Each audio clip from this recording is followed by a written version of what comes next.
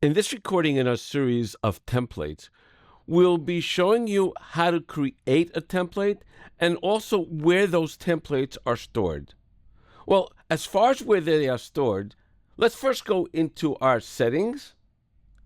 And if we go down to defaults and template, it shows you where the templates are being stored. Now, to be able to actually change this default location, the part itself has to be closed. So I'll close that.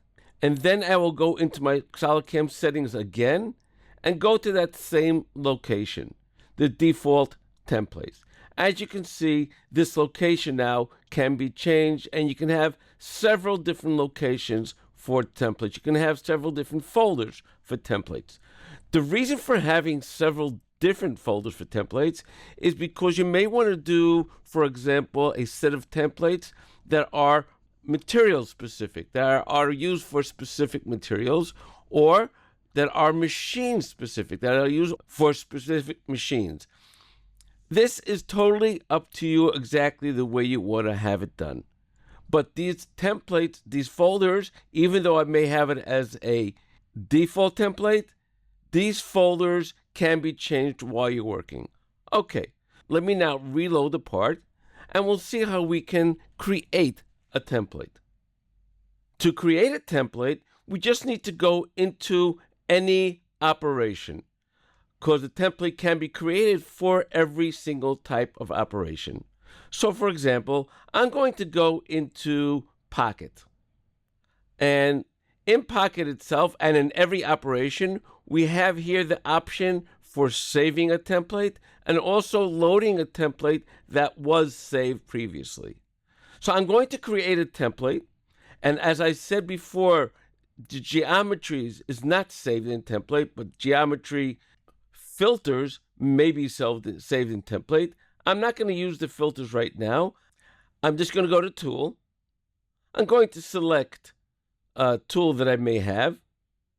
Say I'm going to select a 16mm end mill. The levels, I'm going to keep my levels as user defined. Same for top and same for bottom. If I want to make any changes in my technology, I can say, okay, for this, I want to have a 0.3mm offset. And on the floor, a 0.15mm offset. And I don't want to do a wall or floor finish with this operation. But right now, I'm not going to take it as an operation. I'm going to save that as a template. If I go to Save Template, I can give it a name, Test Pocket, or POC, and I'm just going to write down the diameter of the tool, which is a 16mm end mill. Now you'll note on the bottom, it says include tool data and include geometry filter. I'm going to keep this checked on because I want to have the tool data saved with the template. I'm going to click on OK, and I'm going to exit my operation without even using anything I did over here. Now, let's see in our next recordings how I actually use this template.